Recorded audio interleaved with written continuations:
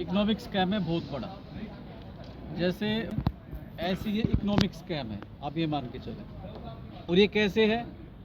सरकार ये कह रही है कि पोल्यूशन हो रहा है पुराने व्हीकल से जो 10 या 15 साल पूरे कर चुके हैं।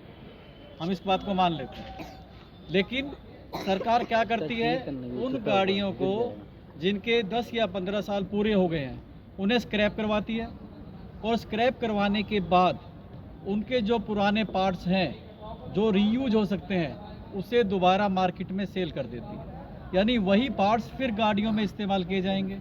तो आपने मेरी गाड़ी इसलिए स्क्रैप करी क्योंकि मेरी गाड़ी 10-15 साल पूरे होने की वजह से पोल्यूशन कर रही थी, लेकिन मेरी गाड़ी के पार्ट्स जब दूसरी गाड़ी में डालेंगे तो पोल्यूशन नहीं करेगी। तो ये तो सीधे तौर पे धांधली हो गई, बहुत बड़ा क्राइम हो गया जनता पर। ये सबसे बड़ा इकोनॉमिक क्राइम माना जाएगा। क्राइम तो एक छोटा मोटा शब्द है, इसके लिए हम कहेंगे ये फाइनेंशियल क्राइम है। मतलब सरकार क्या कर रही है, सरकार हमारी गाड़ियां जो बहुत अच्छी रहती हैं, इंडियंस की एक मेंटलिटी है, हमारी सोच होती है दादा ले पोता बरते। तो हमारी जो गाड़ियां एक बार ले ली जाती हैं वो 20-25 साल तक चलती हैं, हम इतनी देखभाल करते हैं। दूसरा, हम उसका इस्तेमाल भी कम करते हैं, किसी फंक्शन में कभी कभी करते हैं। तो 15 साल में हमारी गाड़ी मुश्किल से 5000 किलोमीटर चलती है जी। ये लेकिन यूरोपियंस की गाड़ी क्या है, उनकी लगातार गाड़ियां चलती है। तो जो ये पॉलिसीज हैं जितनी भी, ये यूरोपियन कंट्रीज की पॉलिसी हैं जो हम पे थोपी जा रही हैं। हमें वो यूरोपियन जैसा बनाना चाह रहे हैं, यूज एंड थ्रो। चाइना में एक पॉलिसी चलती है यूज एंड थ्रो, इस्तेमाल करो फेंक दो। यूरोपियन में भी चलती है, वही चीजें यहाँ लेके आ रहे हैं। गाड़ियाँ खरीदो, स्क्रैप करवाओ, नई गाड़ी ले लो, गाड़ियाँ खरीदो, स्क्रैप करवाओ, नई गाड़ियाँ ले लो। तो सरकार इस तरह से जो खास पूंजीपति हैं, जो गाड़ी मेकर्स हैं, उनको फायदा पहुंचाना चाह रही है असल में। तो क्या सरकार का कोई टाई अप है क्या उनसे? इनका सरकार का पूरा एक नेक्सस है, व्हीकल सिंडिकेट है, ये पूरा सिंडिकेट है। ऐसा नहीं है कि एक दिन में होता है। सरकार पहले पॉलिसी बनाती है, पहले कोर्ट के जरिए एक ऑर्डर आता है, फिर सरकार उसके हिसाब से पॉलिसी बनाती है, और उससे पहले विदेशों में मीटिंग होती है। ये पूरा एक पहले से प्लान होता है। हाउ टू स्टॉप दिस, इसको हम कैसे रोकेंगे? देखो, हमारे देश में डेमोक्रेसी है, हम ये मान के चलते हैं।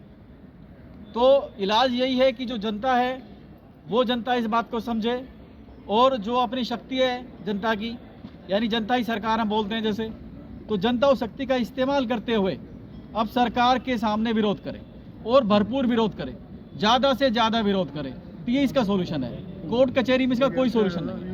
मेरी गाड़ी 15 साल की हो गई है, मैंने मोदी जी को ट्वीट किया है, और मैं हमेशा ये में रहता हूँ। मैं पिछले 25 सालों से देश की सेवा में एक योगाचार्य के रूप में ये कर रहा हूँ, और वो दिखाते हैं कि मैं दुनिया को योग के माध्यम से देश की संस्कृति को पहुँचाया। तो मैंने उनसे कहा है कि आपकी दिल्ली में मैं अपनी गाड़ी चला रहा हूँ, 27 दिसंबर को मेरी गाड़ी 15 वर्ष की हो गई, और हो सकता है कभी भी दिल्ली सरकार मेरी कार को, जिसे मैं लेकर यहाँ आया हूँ, कि कभी भी पकड़े और वह उसे स्क्रैप करने के लिए ले जाए।